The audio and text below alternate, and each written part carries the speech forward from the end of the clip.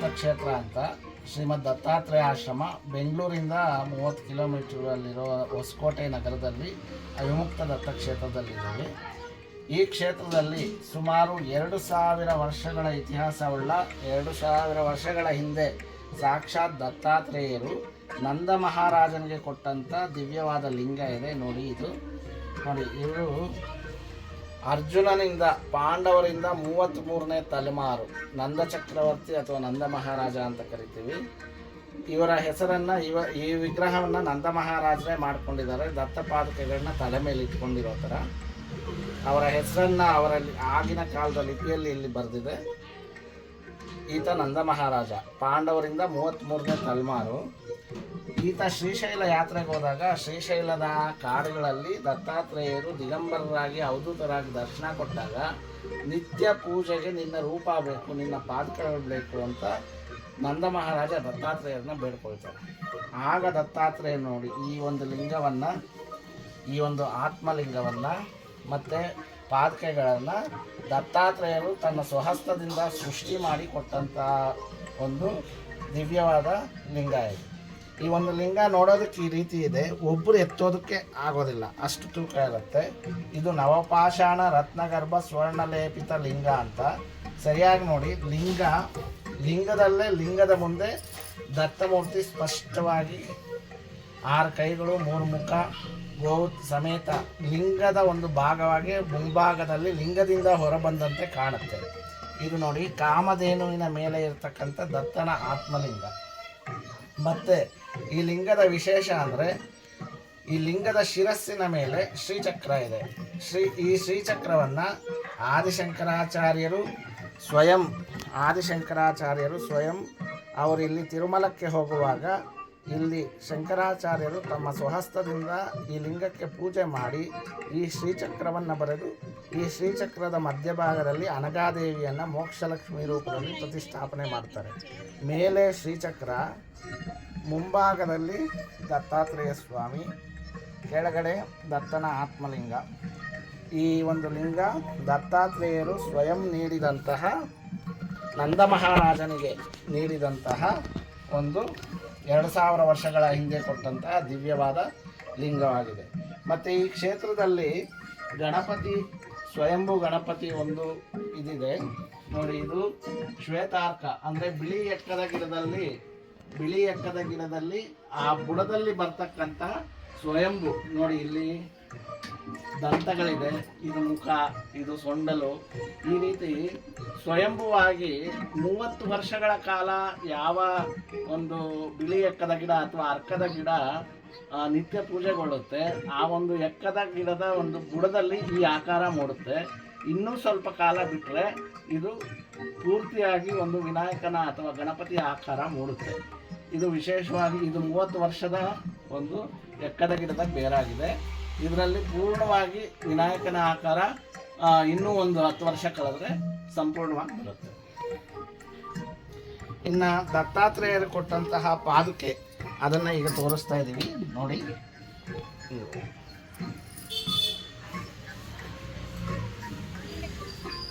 ಇದು ನೀವು ಸರಿಯಾಗಿ ನೋಡಿದ್ರೆ ದೇವಿ ಪಾದುಕೆಗಳಲ್ಲಿ ದೇವಿ ಮುದ್ರೆ ಇರುತ್ತೆ, ವಿಷ್ಣು ಪಾದುಕೆಗಳಲ್ಲಿ ವಿಷ್ಣು ಮುದ್ರೆ ಇರುತ್ತೆ, ಶಿವನ ಪಾದುಕೆಗಳಲ್ಲಿ ಶಿವನ ಮುದ್ರೆ ಇರುತ್ತೆ. ಆದರೆ ಇದು ನೀವು ಸ್ಪಷ್ಟವಾಗಿ ನೋಡಿ, ಶಂಖಚಕ್ರಗಳು ವಿಷ್ಣು ಮುದ್ರೆಗಳು, ತ್ರಿಶೂಲ, ಲಿಂಗ, ಡಮರುಗ ಶಿವನ ಮುದ್ರೆ, ಕಮಂಡಲು ಮತ್ತು ಕಳಸ ಬ್ರಹ್ಮನ ಮುದ್ರೆ. ಅದರ ಜೊತೆಗೆ ಸೂರ್ಯನು, ಚಂದ್ರನು, ಛತ್ರ, ಚಾಮರ, ಧ್ವಜ, ಪತಾಕೆ, ಅಂಕುಶ, ಪಾಶ, ಗದೆ ಇವೆಲ್ಲ ತಂತ್ರ ಮುದ್ರೆಗಳು. ಅದರ ಜೊತೆಗೆ ತ್ರಿಕೋಣದಿಂದ ಅಷ್ಟಕೋಣದವರೆಗೆ ಕೋಣಗಳು. ಇದು ಸ್ವಯಂ ದತ್ತಾತ್ರೇಯರು ನೀಡಿದಂತಹ ದತ್ತನ ಒಂದು ಪಾದಮುದ್ರೆಗಳು. ಅವಿಮುಕ್ತ ದತ್ತ ಪಾದುಕೆ ಅಂತ ಇದರ ಹೆಸರು. ಸ್ವಯಂ ದತ್ತಾತ್ರೇಯರ ಒಂದು ಪಾದಮುದ್ರೆಗಳಾಗಿದೆ. ಇದು ತುಂಬ ವಿಶೇಷವಾಗಿದ್ದು ಈ ಪಾದುಕೆಗಳನ್ನು ಪೂಜಿಸೋದಕ್ಕೆ ಗಾಣಗಾಪುರದ ಅರ್ಚಕರು, ಕುರುಪುರದವರು, ಪೀಠಾಪುರಂನವರು, ಗೋಕರ್ಣದವರು, ಶ್ರೀಶೈಲದವರು ಅಲ್ಲಿನ ಅರ್ಚಕರು ಸಹ ಬಂದು ಇದನ್ನು ಪೂಜಿಸಿಕೊಂಡು ನಮಸ್ಕಾರ ಮಾಡಿಕೊಂಡು ಹೋಗುವಂತಹ ದಿವ್ಯವಾದ ಪಾದುಕೆಯಾಗಿದೆ. 2000 ವರ್ಷದ ಹಿಂದೆ ಅರ್ಜುನನ ಈ ಅರ್ಜುನನಿಂದ 33ನೇ ತಲೆಮಾರಿನವನಾದ ನಂದ ಮಹಾರಾಜನಿಗೆ ದತ್ತಾತ್ರೇಯರು ಕೊಟ್ಟಂಥ ಪಾದುಕೆಗಳು. ಈ ಒಂದು ದಿವ್ಯವಾದ ಲಿಂಗ ಹಾಗೂ ಪಾದುಕೆಗಳನ್ನು ಪೂಜಿಸಿಕೊಂಡು ಆಗಿನಿಂದ ಈಗಿನವರೆಗೆ ಒಂದು ಗುರು ಪರಂಪರೆ ಇದೆ. ಆ ಗುರು ಪರಂಪರೆಯಲ್ಲಿ ಇದುವರೆಗೆ 18 ಗುರುಗಳಾಗಿದ್ದಾರೆ. ಆ 18 ಗುರುಗಳ ಹೆಸರುಗಳು, ಅವ್ರು ಬರೆದಿರೋ ಗ್ರಂಥಗಳು, ಅವ್ರ ಕಾಲಮಾನ ಎಲ್ಲ ಇದೆ. ಅದರಲ್ಲಿ ನೋಡಿ, ಇವರು 16ನೇವರು 97ರಲ್ಲಿ 1997ರಲ್ಲಿ ಅವ್ರ ಜೀವ ಸಮಾಧಿಯಾಗಿದೆ. ಅಲ್ಲೇ ಆಶ್ರಮದಲ್ಲೇ ಇರುತ್ತೆ. 17ನೇವರು ಸಹಜವಾಗಿ ಸಮಾಧಿಯಾಗಿದ್ದಾರೆ. 18ನೇವರು ಈಗ ಅಮ್ಮ ಅವರು ಇರ್ತಾರೆ, ಮಾತಾಂಬಿಕೆ ದೇವಿ ಅವರು ಅಂತ.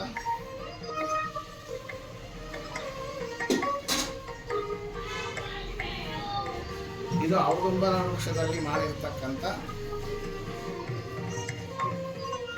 ಈ 18 ಗುರುಗಳ ಒಂದು ಗ್ರಂಥಗಳು, ಅವರ ಕಾಲಮಾನ, ಅವರು ಬರೆದಿರುವಂಥ ಪುಸ್ತಕಗಳು ಎಲ್ಲ ಇರುತ್ತೆ ನೋಡಿ. ಇದು ಔದುಂಬರ ವೃಕ್ಷದಲ್ಲೇ ಮಾಡಿರ್ತಕ್ಕಂಥ, ದತ್ತಾತ್ರೇಯನಿಗೆ ಮಾಡಿರ್ತಕ್ಕಂಥ ಉಯ್ಯಾಲೆ ಸೇವೆ ಅಥವಾ ತೊಟ್ಟಿನ ಸೇವೆಗೆ ಮಾಡಿರ್ತಕ್ಕಂಥ ಒಂದು ದಿವ್ಯವಾದ ಗಾಣಗಾಪುರದಲ್ಲಿ ಪೂಜೆ ಮಾಡಿಕೊಂಡು ಬಂದಿರತಕ್ಕಂಥ ಒಂದು ತೊಟ್ಟಿಲಾಗಿದೆ. ಇದು ಔದುಂಬರ ಪಾದುಕೆಗಳು, ಔದುಂಬರ ವೃಕ್ಷದಲ್ಲೇ ಮಾಡಿರ್ತಕ್ಕಂಥ ಪಾದುಕೆ.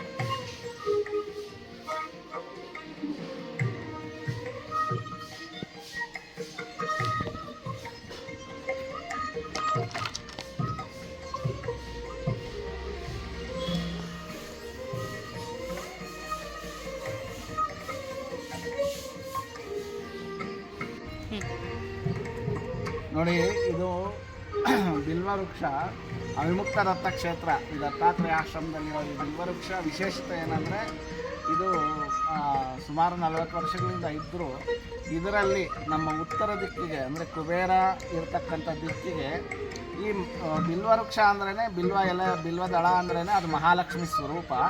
ಅದರಲ್ಲಿ ನಮ್ಮ ಉತ್ತರ ದಿಕ್ಕಿಗೆ ಈ ಒಂದು ಗಂಟು ಬಂದಿದೆ. ಇದನ್ನು ಶಾಸ್ತ್ರಕಾರರು, ಪ್ರವಚನಕಾರರು ಏನು ಹೇಳ್ತಾರೆ ಇದನ್ನು ಅಂದರೆ ಕುಬೇರನ ಗಂಟು ಅಂತ.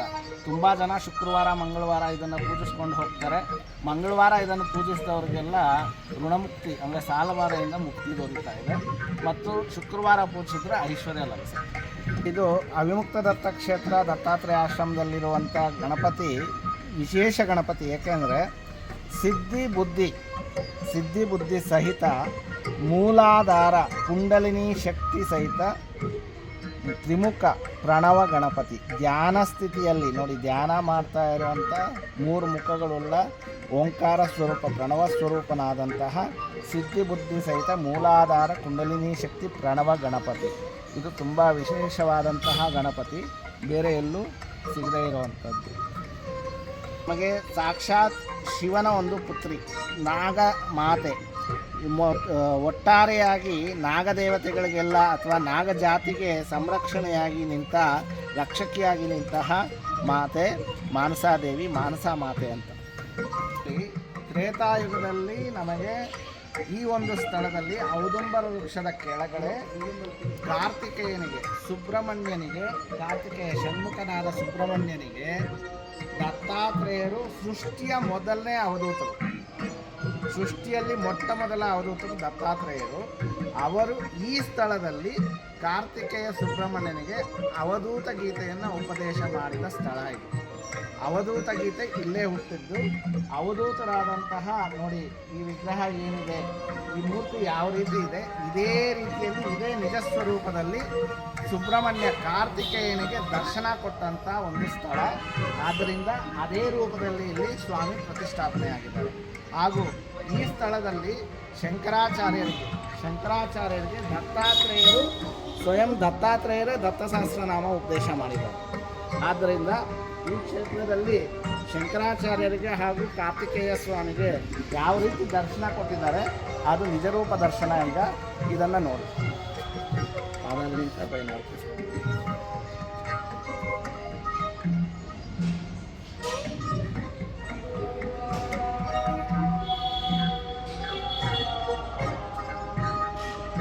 ಇದು ಪೀಠದ ಸಮೇತ 12 ಅಡಿ ಇರತಕ್ಕಂತಹ ಮೂರ್ತಿಯಾಗಿದೆ ನೋಡಿ. ಸುದರ್ಶನ ಚಕ್ರ, ಜಪಮಾಲೆ, ಪದ್ಮ, ಶಂಕು, ಕಮಂಡಲ, ದಂಡ, ವೇದಗಳು, ಹಾಗೂ ಮಧುಕರಿ ಪಾತ್ರೆ ಅಂದರೆ ಭಿಕ್ಷಾ ಪಾತ್ರೆ, ತ್ರಿಮೂರ್ತಿ ಸ್ವರೂಪ, ಮಧ್ಯದಲ್ಲಿ ಇರ್ತಕ್ಕಂಥದ್ದು ವಿಷ್ಣು ಸ್ವರೂಪ, ಈ ಕಡೆ ಇರ್ತಕ್ಕಂಥದ್ದು ಶಿವನ ಸ್ವರೂಪ, ಇದು ಬ್ರಹ್ಮನ ಸ್ವರೂಪ. ತ್ರಿಮೂರ್ತಿ ಸ್ವರೂಪನಾದಂತಹ ಆದಿಗುರು ದತ್ತಾತ್ರೇಯರ ಒಂದು ನಿಜ ಸ್ವರೂಪ, ಅವಧೂತ ದಿಗಂಬರ ಸ್ವರೂಪ. ನೋಡಿ, ಈ ಕ್ಷೇತ್ರದಲ್ಲಿ ವಿಷ್ಣುವಿನ ಗುರುಸ್ವರೂಪ, ವಿದ್ಯಾಲಕ್ಷ್ಮಿ ಸಮೇತ ಹಯಗ್ರೀವ ಸ್ವಾಮಿ ವಿಷ್ಣುವಿನ ಒಂದು ಗುರುವಿನ ಅವತಾರ ಅಥವಾ ವಿಷ್ಣುವಿನ ಗುರುಸ್ವರೂಪ. ಆದರೆ ಈ ಕಡೆ ನೋಡಿ, ಮೇಧಾ ಸಮೇತ ದಕ್ಷಿಣಾಮೂರ್ತಿ, ಮೇಧಾ ಸಹಿತ ದಕ್ಷಿಣಾಮೂರ್ತಿ ಶಿವನ ಗುರುಸ್ವರೂಪ. ಇದು ದತ್ತಾತ್ರೇಯರು ಇರ್ತಕ್ಕಂಥ ಒಟ್ಟಾರೆ ಎಲ್ಲ ಮೂರ್ತಿಗಳು ಗುರುಗಳ ಮೂರ್ತಿಗಳೇ ಆಗಿದೆ. ಇದೊಂದು ಗುರುಕ್ಷೇತ್ರ ಆಗಿದೆ, ಅವಿಮುಕ್ತ ದತ್ತ ಕ್ಷೇತ್ರ. ಇಲ್ಲಿ ಗುರುಗಳೇ ಪ್ರಮುಖವಾಗಿರ್ತಾರೆ.